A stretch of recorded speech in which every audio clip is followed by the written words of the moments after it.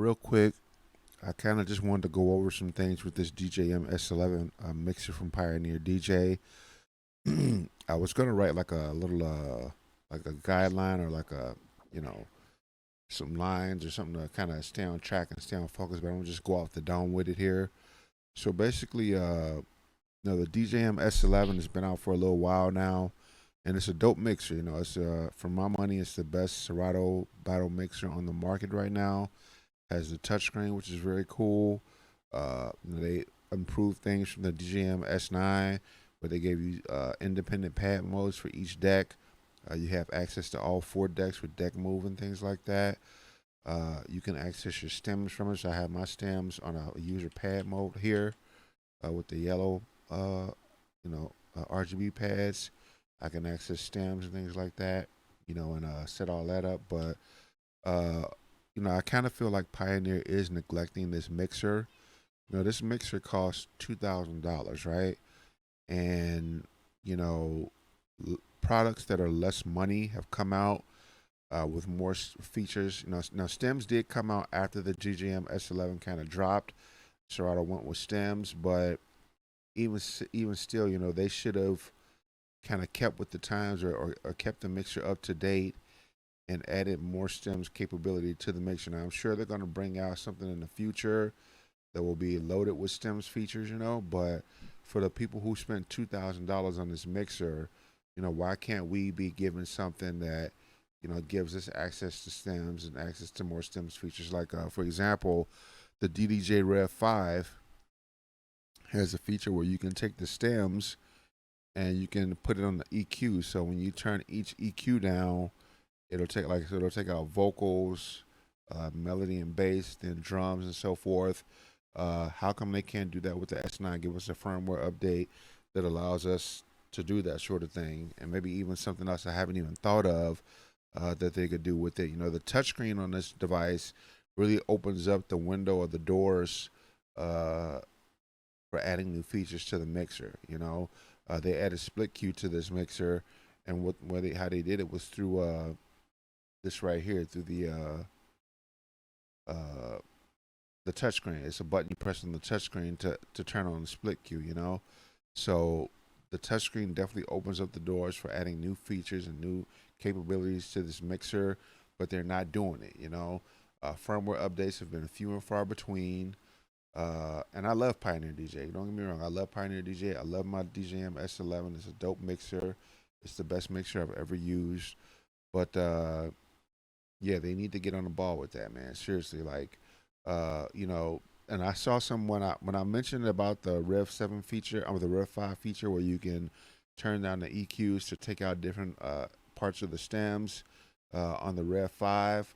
They said that the S11 might not be capable of it hardware-wise, but I don't think that's true, because when you're using Serato DJ Pro, right, if you look on the screen on your laptop, when you're turning down the EQs, the color waveform changes. So the software is able to get data about the position of the EQ knobs on the mixer, and change the waveform color to take out like the highs or the bass and things like that. The bass in Serato is usually red, the mids are usually green, and then the highs are usually blue-ish. And there's different variations of those colors, but you can see in the waveform on the screen of the mixer of the laptop that those different parts of the song or the parts of the frequency are being taken out.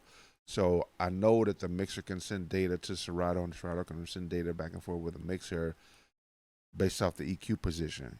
So how come they can't, somehow code that or program that to work with the stems functionality? Give us a button combination to press to get into that mode, or make it a touchscreen button you get into that mode, and then you can turn on the EQs and do the stems like that. But I really would like to see Pioneer, make some improvements in that area. They put this mixer out. Like I said, it's a great mixer. I think we've gotten like 2 firmware updates, maybe, if that, I think. But we need to see more improvements as far as the capabilities of the mixer. And like I even mentioned, like that functionality where when you turn the EQs down, the waveform color changes on the laptop. It should change on the touchscreen as well. Why not? You know, how come that doesn't change on the touchscreen? That's something that should be included in the firmware update. They need to get on that, you know. So, but you know, what are your thoughts for all my DJM-S11 owners out there?